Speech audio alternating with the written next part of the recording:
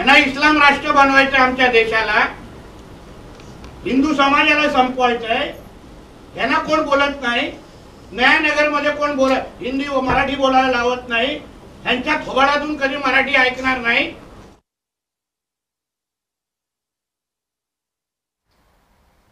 बोला. संजय राऊत म्हणतात की दुबेंबद्दल भारतीय जनता पक्षाच्या कोणत्याही नेत्यांनी काहीही वक्तव्य केले नाहीये. दुबेंनी इतके वक्तव्य केले. काय झालंय, संजय राजाराम राऊतचं झालंय वय.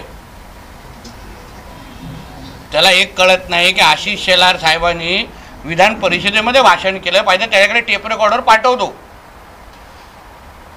बाकी सगळे टेप बघण्यापेक्षा हे जरा टेप बघितलं ना तर ज्ञानात भर पडेल.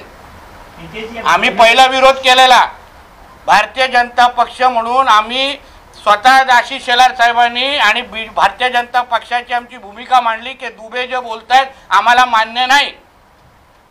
पण मुळात मुद्दा तोच आहे की आम्ही हिंदू म्हणून आपसात का भांडावं. जेणेकरून नयानगर भिंडी बाजारमध्ये शीर खोरमाचे पार्टी व्हाव्यात म्हणून, बिर्याणीचे पार्टी व्हाव्यात म्हणून. देखो हिंदू कैसे आपस में झगड़ रहे, हमको यही चाहिए. आज सामनाचा विषय काढला. सामनाला मुलाखत आणि उद्धव ठाकरेंची संजय राऊतांनी घेतली. माझ्या घरी पाणी येतं बाबा, मी सामना नाही वापरत. त्याच्यात ते असं म्हणतात की निवडणूक आयोग म्हणजे शेंदूर फासेला गुंडे आहे.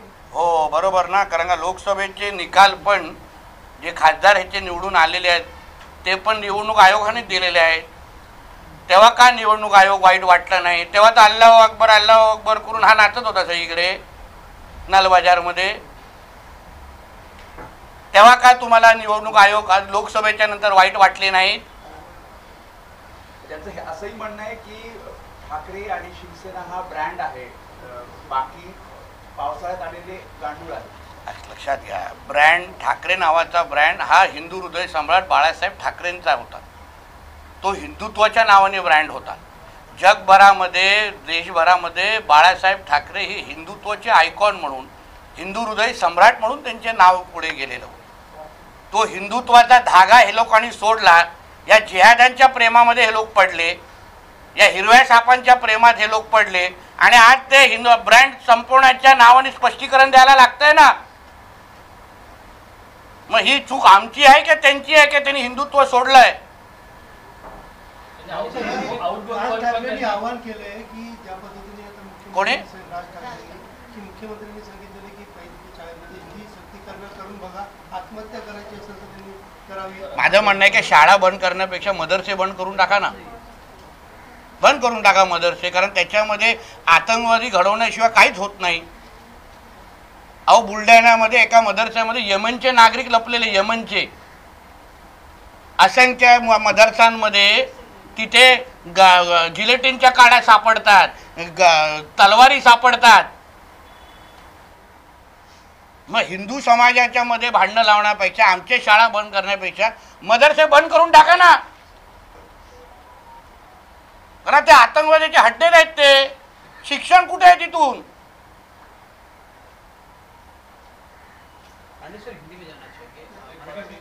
हो गया मराठी.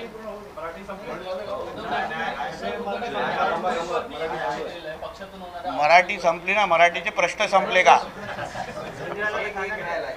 उद्धव ठाकरेंनी पक्षातून होणाऱ्या आउटगोईंग वरती पण भाष्य केलेलं आहे. बला गेलेली आहे, तसेच अनेक जे लोक गेले ते बाहेर काय दिवे लावतात ते जनता पाहते. हो बरोबर. शेवटी काय उद्धव ठाकरे आणि आदित्य ठाकरेच राहणार आहे, बाकी सगळे मला निघणार आहेत.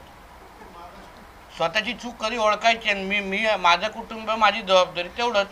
मी आणि पाटणकर तेवढंच.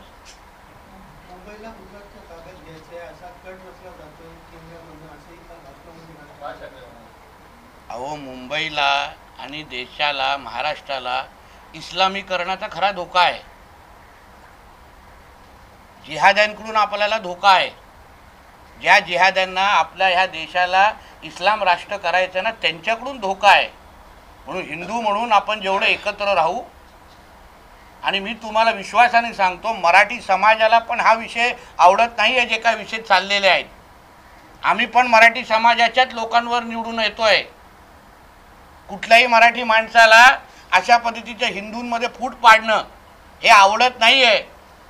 कारण का आमच्या गणेश चतुर्थीच्या वेळी, आमच्या होळीच्या निमित्ताने जे काही विघ्न तयार केले जातात ते तयार करणारे हिंदू नसतात, ते जिहादी असतात. गणेश चतुर्थी साजरा करत असताना सगळे हिंदू, सगळे सण साजरा सगळे हिंदू एकत्र येतात. दरम्यान निशिकांत दुबेंची भूमिका आम्हाला मान्य आहे असं आम्ही कधीच म्हणालेलो नाही असे नितेश राणे म्हणतात. सोबतच आजच्या सामनामध्ये राज ठाकरेंच्या सभेची बातमी आहे का असा सुद्धा सवाल नितेश राणेंनी आता उपस्थित केलाय. राज ठाकरेंनी मीरा रोडच्या नया नगरमध्ये सभा घ्यायला हवी होती असं सुद्धा नितेश राणे म्हणतात. शाळा बंद करण्यापेक्षा मदरसे बंद करून दाखवा ना, राणेंनी सवाल विचारला राज ठाकरेंना.